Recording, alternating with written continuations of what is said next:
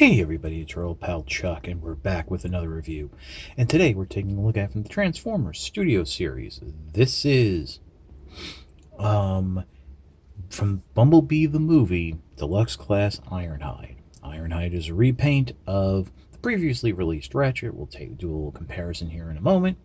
But before we get too much further, if you haven't already, please consider liking, commenting, and subscribing. That helps with the algorithms with YouTube. And if you really want to help, I do have a Patreon. There's a card here in the corner and a hyperlink in the description below. All I ask for is $1 a month or $12 a year.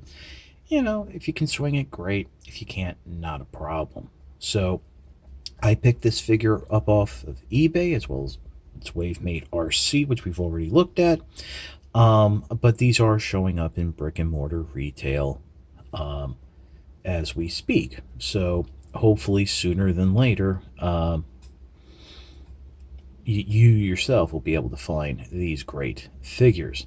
Other than that, not much more to say. So how about we take a moment, we pause, and we'll do a comparison with Ratchet.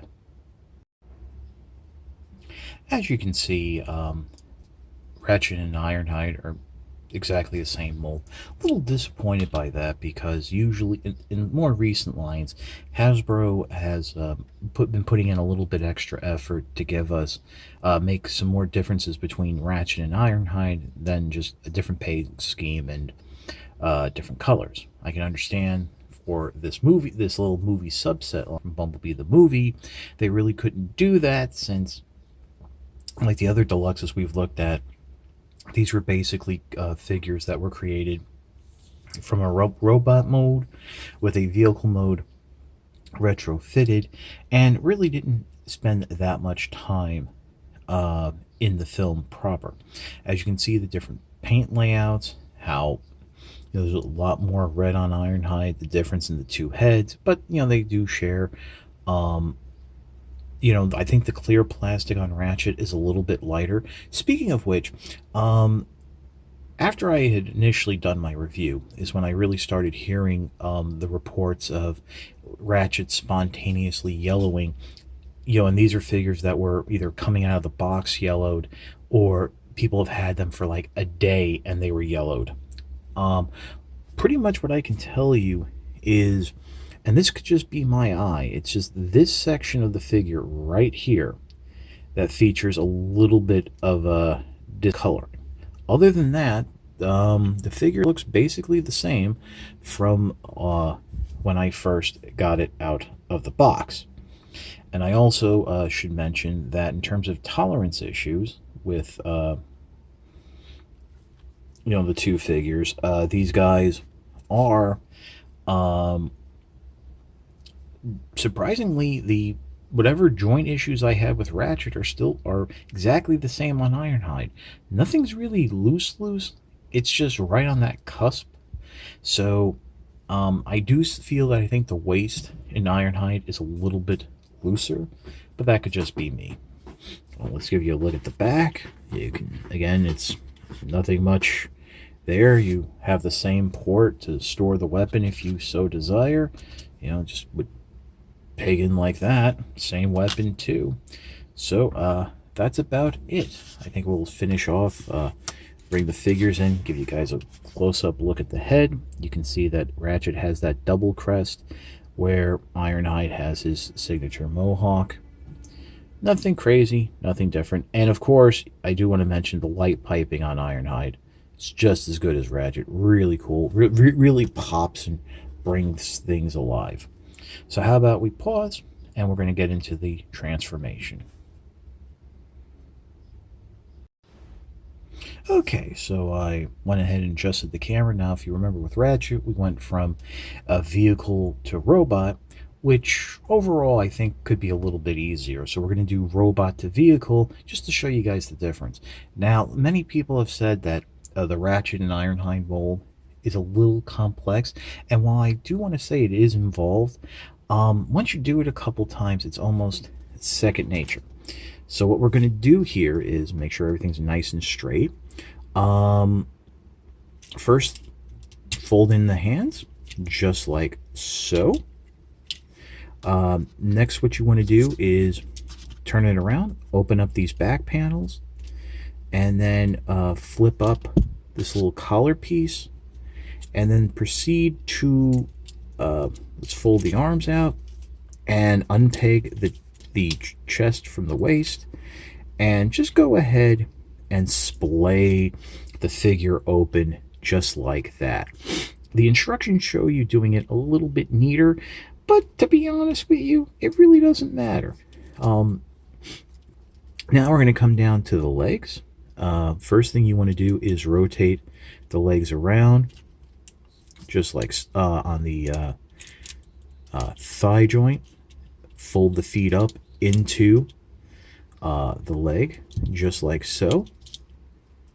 Sit the figure up at the hips, bend the joint there at the knee, and then what you'll do is not at the waist joint, but at this inner pelvis piece, rotate the figure around, and by this point you can come in, bring that chest piece down, unpeg it like so, and then there are 2 tabs on the inside that will peg into slots behind the knee, so you can secure it just like that, and then come in here and press the chest down like so, and that will lock everything into place. Make sure it's all secured in.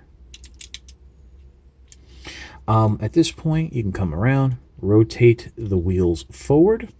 There'll be like a little soft lock right there, and believe it or not, you're almost done at this point. You know, and by the way, if you're having any problems getting these legs together, make sure they're lined up properly. They don't peg together. The chest will actually help you make sure everything's lined up so it'll peg in properly, and then this top piece will help secure it. Next, what you want to do, if it hasn't already, make sure this gray section has come all the way down so that the head is laying against this back piece. Flip this whole section around, but actually don't bring it down all the way just yet. Bring the panels down like so, flipping out the little tails so they're splayed like this, like you basically have a flying an Ironhide with wings. The instructions show you pegging the arms in with this piece all the way down. What they're going to do is there's tabs here that was on the shoulder bits, and they're going to go into a slot right where my thumb is, the lower slot. I find it's easier to do this rotating the piece up and then getting it into place. And just like so, it should just pop right in. There we go. Do that, make sure it's in on both sides, just like that. And then what you can do is close the side panel. It will peg into the side here, and then around a little tab on the wheel. So that way, that's also how you'll know you have the wheels positioned properly. There you go. There we go. Make sure everything is you might have to give it a little squeeze here around the top when you're done. And then finally, to finish things off, you will fold up the forearms, and they will peg into the tip of what was the feet. And there you have Ironhide in its vehicle mode. To finish it off, for the weapon storage, there's a post here on the top and a little groove that's kind of nice that will accept the handle and front section of the rifle. You can't rotate it, but it sits very nicely, very securely, and there you go. Again, if you have some problems with things pegging in, it's the knees, making sure they're folded up properly, make sure the feet are folded up properly. They go over that little cod piece. It's the lower slot that the shoulder tabs go into. I mean, when you look at it, you can see that the upper one is just molded detail, not really a place to accept slots. And then, there we go. Oop, I dropped it. I was just adjusting because I noticed the shoulder was bent a little down. I mean, it wasn't making a difference, but so yeah. So really cool how Ironhide is this larger deluxe that can compact down into a smaller vehicle. I mean, let me bring Ratchet back in so you can see the size difference. I mean, that's almost half the figure, and that's really cool that they were able to figure something out like that. I mean, I don't think this mold is my favorite from the Bumblebee movie. I just found myself having a lot more fun with, say, Brawn and now RC. But in terms of transformation, uh, it's just fantastic what gets done, and there are some steps that I hope get used down the line in other Transformer figures, because I think it helps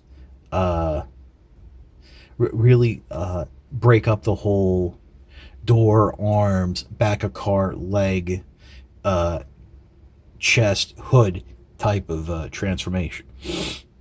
So we'll pause and we'll come back with my final thoughts.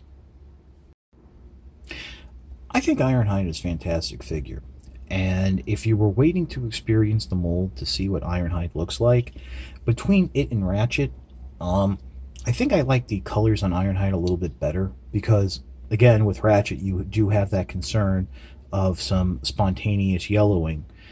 But personally, if you can, I would get both. I'm not really sure if Ratchet is still on shelves now. He might be. Again, distribution issues, but I'm sure you can find it online with among the usual crowd of retailers, Big Bad, Amazon. Speaking of which, Ironhide and RC haven't been shipping yet from online retailers. Even the more collector-friendly ones like Command Store that tend to get things a little bit earlier. I think that's just a byproduct of shipping issues, that I think companies are focusing more on brick-and-mortar retail, which, you can't blame them. So whenever you get this figure, I think it'll be worth it to your collection. So that's about it for the review. Thank you once again so much for watching. I might be getting a new phone soon, which means the camera might be changing, which also might mean you might never hear from me again. So, really, thanks for watching. Take care. This is your old pal Chuck for Bumblebee the Movie Ironhide. We will see you next time.